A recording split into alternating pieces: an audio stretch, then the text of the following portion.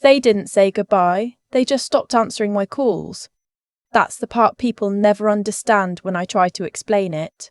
There was no big confrontation, no slammed door, no dramatic scene where someone said the words out loud. My parents just went quiet. And in our family, quiet was the loudest thing they could do. I was 31 years old. I had a good job. I was a registered practical nurse at a community health centre in Guelph, Ontario. I paid my own rent. I had savings. I hadn't asked them for a single thing since I was 23, and then I got divorced, and it was like they decided I had failed at the one thing that actually mattered to them. My ex-husband's name was Patrick. We'd been together for 6 years, married for 3. He was an accountant, he was polite at dinners, he remembered my mother's birthday. They loved him, or maybe they loved the idea of him, the stability he represented, the proof that their daughter had done things in the right order. Finished school, got a career, married a man they approved of. Check, check, check. What they didn't know, what I hadn't told them yet, was that Patrick had been emotionally cruel in ways that are hard to describe to people who haven't lived inside it. Not shouting, not hitting, just this slow, grinding campaign to make me feel like I was too much, too sensitive, too difficult, that everything I felt was an overreaction, that I was lucky he put up with me at all. I left him in November. It took me 2 years of therapy to get there, and I left. I told my parents in January over the phone. My mother's first question was, "What did you do?"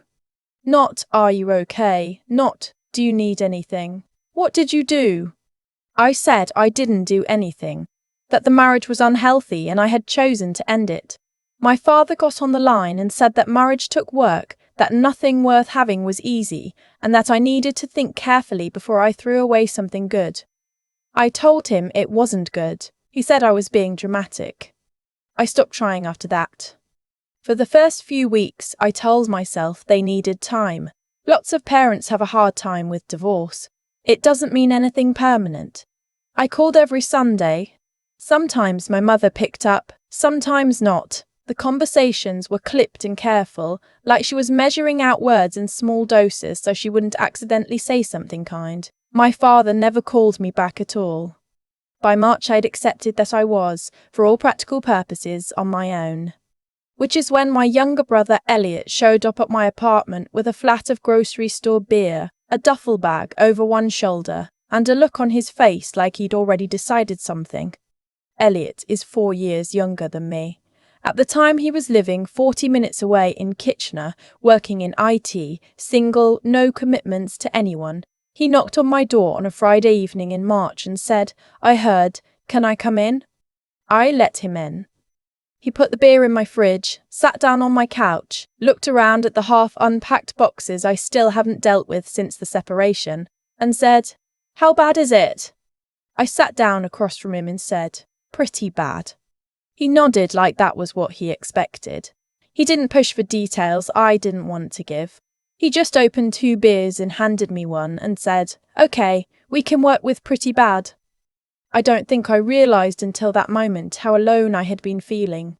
I hadn't let myself name it. I'd been focusing so hard on functioning, going to work, making food, answering emails, looking like a person who was handling things, that I hadn't let myself sit down long enough to feel what was actually happening.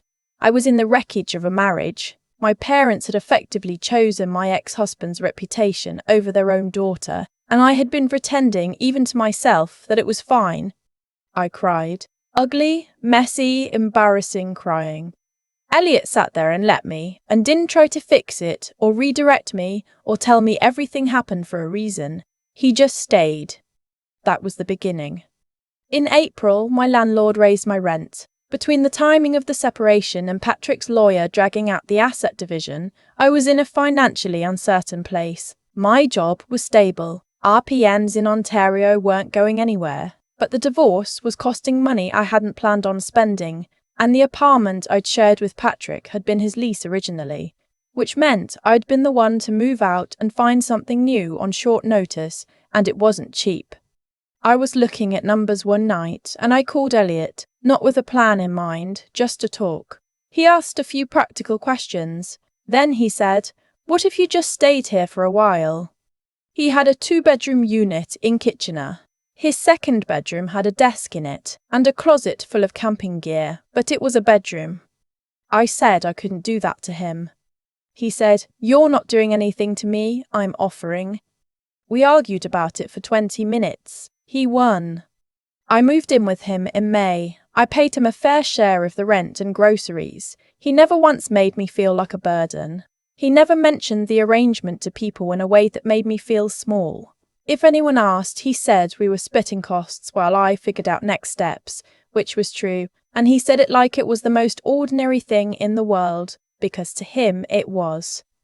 Living with Elliot was different from what I expected. I had braced myself for it to be awkward, for the proximity to grate, for us to get on each other's nerves, for the whole thing to quietly deteriorate into resentment.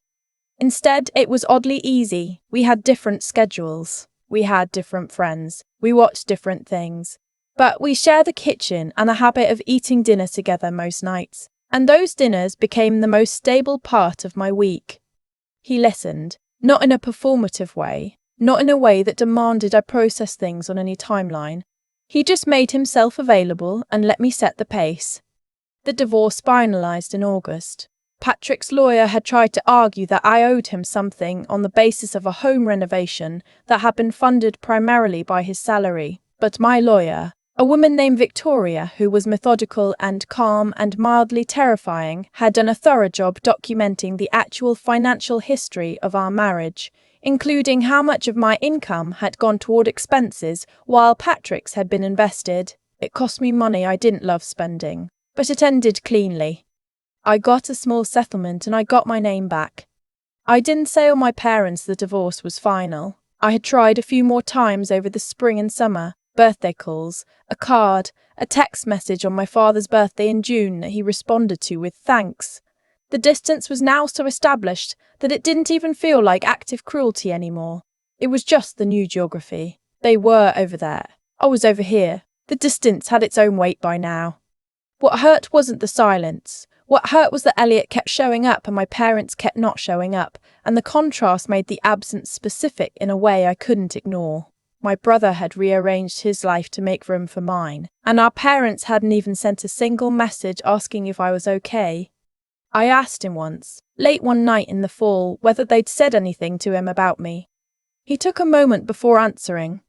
"Mum asked me once if you were still being difficult," he said. I didn't say anything. I told her that wasn't the word I'd use, he said. I asked what word he used instead. "Surviving," he said. I told her you were surviving. That winter, I started feeling more like myself. I picked up extra shifts at the health centre. We were short-staffed, the way we were always short-staffed, and I started running again, something I had stopped doing in the last year of my marriage because Patrick had always made some quiet, edged remark about it taking time away from other things. I signed up for a 10K in the spring. I started cooking real food again, not just cereal and whatever required the least effort. Elliot and I had a good Christmas. We drove to his friend's place for dinner, ate a lot, stayed too late, drove home in the snow with the radio on. It was simple and uncomplicated, and I thought, sitting in the passenger seat watching the highway lights blur past, that I hadn't expected to feel okay this soon. I hadn't expected to feel anything in particular, honestly. I had just been trying to get through, but that night I felt, quietly and without making a big deal of it even to myself, okay. My parents didn't call on Christmas Day. Elliot noticed. He didn't say anything, but I saw him look at his phone at one point, like he was making a decision, and then put it down. I started looking at apartments again in January. Not urgently, not because Elliot had said anything, but because I was ready. I had rebuilt enough of a financial foundation that it made sense. I found a place in Waterloo, a 1-bedroom in a low-rise building, good natural light, close to a trail where I could run. I put in an application and got it. I told Elliot I'd found a place. He said, "That's great. When do you move in?" I said March 1st. He said, "I'll get the beer." The move was exactly as unglamorous as moves always are. We rented a cargo van. Elliot drove. My friend Sawase came and helped carry boxes because she is the kind of person who shows up for things, and I'm still grateful for that. By 7 in the evening, I was standing in my new apartment surrounded by boxes, and it was mine. Completely mine, with no one else's name on the lease. And I felt a very specific kind of tired that was actually relief in disguise. Elliot stayed for dinner. We ordered Thai food and sat on the floor because I didn't have a table yet, and we ate out of containers and talked for a long time about nothing important. When he left, he hugged me at the door and said, "You good?" I said yes. He said, "I know."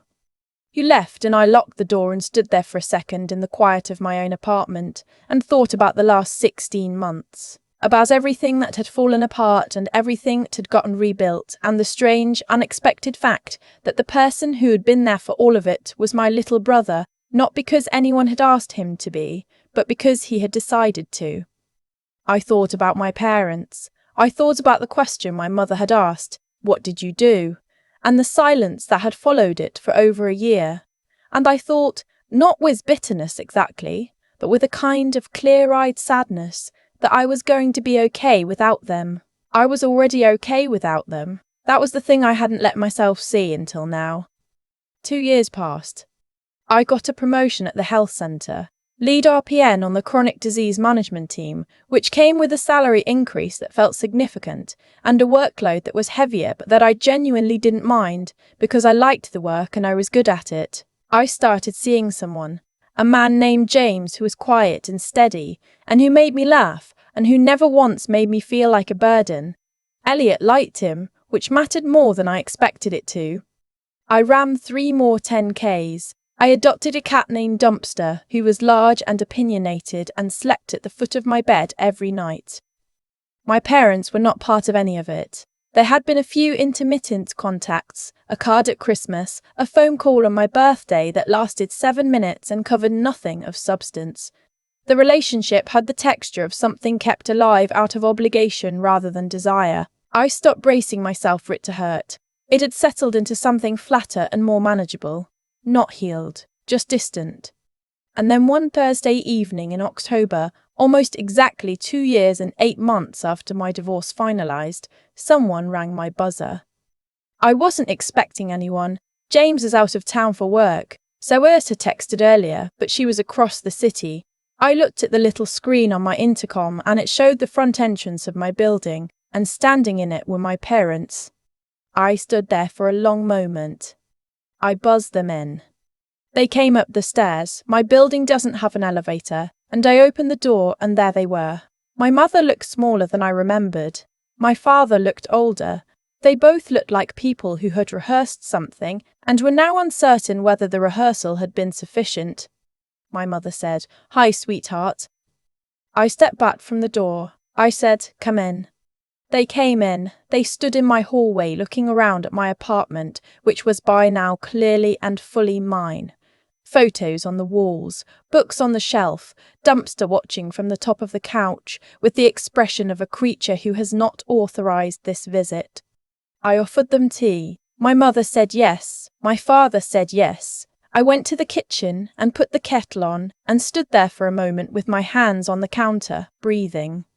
I was not shocked, exactly, but I was not prepared either. I had not been given time to prepare, which meant I was going to have this conversation without a script, without a strategy, just as myself, which is the only way it could have gone honestly anyway. I brought the tea out. We sat down. There was a long pause. My mother spoke first. She said she had been doing a lot of thinking. She said she realised she had handled things badly after the divorce. She said the word sorry, not fluently, not easily, but she said it. My father said he should have called. He said he didn't know what to say, and so he said nothing, and he understood now that wasn't the right choice. I sat with that for a moment. I said I needed you when this happened. I called you and you asked me what I did wrong. My mother flinched. She said she knew. I said I wasn't doing anything wrong. I was leaving a marriage that was making me sick, and instead of asking whether I was okay, you took his side. You went quiet. For over a year you acted like I'd embarrassed you. My father said, "We thought," and then stopped. He started again. He said they had had certain ideas about marriage, about what it meant to make a commitment, and they had applied those ideas without really listening to what I was telling them. He said he didn't think that was an excuse. He said it was an explanation, and he understood if it wasn't enough. My mother said she'd spoken to Elliot. She said Elliot had been honest with her, had told her plainly that what they had done had caused real harm. That I had been on my own in a very difficult time because of choices they made. That their silence had consequences. I asked when that conversation happened. She said 6 months ago. I thought about that. 6 months. Elliot hadn't told me. He'd had that conversation and let me live my life and hadn't made it into something I had to manage or respond to. He had just planted a seed and let it grow at whatever pace it was going to grow, without putting any of the pressure of it on me. That was so completely him. I looked at my parents. They were waiting. They looked uncertain and tired and genuinely remorseful in a way that was, and I want to be careful about this, because it would be easy to oversimplify, not completely satisfying, but real, not a performance, just two people who had made a significant mistake and were showing up, late, to say so. I said, I'm not ready to act like nothing happened. I'm not there. My mother said she understood. I said, but I'm also not going to close the door. That's not who I want to be. My father nodded. He looked relieved in a way that was almost hard to watch.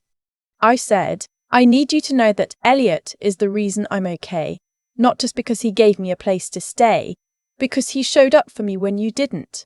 And that's something I'm not going to forget, and I don't think you should either. My mother's eyes got wet. She said she knew. She said Elliot had made that very clear. We sat for another hour. We talked about small things. My job, the cat. Dumpster had eventually migrated from the couch to my mother's lap, which she seemed to take as a good sign. Maybe it was. When they left, my mother hugged me at the door. It was a real hug, not a performative one. My father put his hand on my shoulder and said, I'm sorry, kiddo. He hadn't called me that in years. I closed the door after them and stood in my hallway.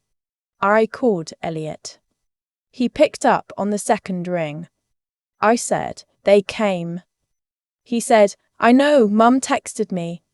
I said, you didn't tell me you talked to her. He was quiet for a second. Then he said, I didn't want you to feel like you had to manage it. I just wanted to say what I thought needed saying and then let them figure out the rest. I said, that's very annoying of you. He laughed. I said, thank you. He said, you don't have to thank me. I said, I know I don't have to. I want to. There was a pause. Then he said, how do you feel? I thought about it. I looked around my apartment, the photos on the walls, the books I'd chosen, the cat now back on the couch, the tea mug still on the coffee table, the life I had built, carefully and incrementally, out of rubble. I said, I feel like myself. He said, good, that's all I wanted. I hung up and sat down on my couch, and Dumpster climbed into my lap, and I sat there in the quiet of my apartment for a long time, not doing anything in particular, just being in it. The unfinished edges of things. The slow, unsentimental work of putting a life back together. The fact that the person who had made the most difference had asked for nothing and offered everything. I didn't know yet what my relationship with my parents would look like going forward. Maybe it would rebuild into something real. Maybe it would stay careful and managed and never quite close. I couldn't tell from one October evening. I was willing to find out, and that felt like enough. What I did know was that Elliot had slept on a metaphorical couch for me, had reorganized his world, his space, his time, all of it, so I had somewhere to land. He hadn't waited to be asked. He hadn't needed recognition. He had just done it the way you do something when it's simply the right thing and the person is your sister, and that's the only fact that matters. I didn't plan on forgetting that. Not ever. I used to think that when people showed up late, it meant they hadn't cared. That absence was a verdict. That silence was an answer. I'm not sure I believe that anymore, or maybe I believe it more carefully now. My parents showed up on a Thursday evening in October, 2.5 years after they went quiet on me. They stood in my hallway looking uncertain, and they said sorry in the halting, unpracticed way of people who aren't used to saying it. It wasn't a perfect apology. It didn't undo anything. But it was real, and I've come to understand there's a difference between waiting for a perfect moment and actually showing up for an imperfect one. They chose the imperfect one. That matters, even if I'm still figuring out exactly how much. What I keep coming back to is Elliot. Not the gesture of offering me his spare room, though that was everything at the time, but the way he did it. Without drama, without keeping score, without once making me feel like I owed him something for being his sister. He just decided that the right thing to do was obvious, and then he did it, and he never made it into a story about himself. That's the kind of character you don't get to fake. You either have it or you don't. And I think what it comes from, what it actually requires, is the combination of knowing what's right, being honest enough with yourself to act on it, even when it costs you something, and having the patience to do it quietly, without recognition, for as long as it takes. I had to find those same things in myself during that period. I had to be honest enough to leave a marriage that was making me disappear, even when everyone around me called it giving up. That took something. It took looking clearly at what was actually happening versus what I was telling myself was happening, and choosing the harder truth. I didn't do it perfectly. I did it slowly, and with a lot of help, and some days I second-guessed every part of it, but I did it. And then I had to keep going, through the divorce proceedings, through the financial rebuilding, through the months where my parents' silence was a thing I felt in my chest every time I picked up my phone on a Sunday and put it back down again. I kept working. I kept running. I kept cooking real food and making actual plans and not letting myself believe that this was just what my life was now. There's something that happens when you stay with yourself through a difficult stretch without outsourcing your self-worth to people who aren't offering it. You come out the other side knowing something specific about yourself that you can't unknow. I know now that I can be okay without being chosen by everyone. I know that I can rebuild. I know what it feels like to be supported by someone who doesn't need anything back from you, and I know the difference between that and the other kind. My parents and I are in cautious contact now. It isn't close yet. I don't know if it will get close. But the door is open, which is where I want it to be, because I think closing it entirely would have made me smaller, not stronger. Elliot asked me once, near the end of that first winter at his place, whether I thought things happen for a reason. I said I didn't know. He said he wasn't sure either. But he said he thought the choices you make during the hard parts are the ones that actually show you who you are. I think he was right, and I think who I turned out to be, who we both turned out to be, is something I'm genuinely proud of. That felt worth saying out loud.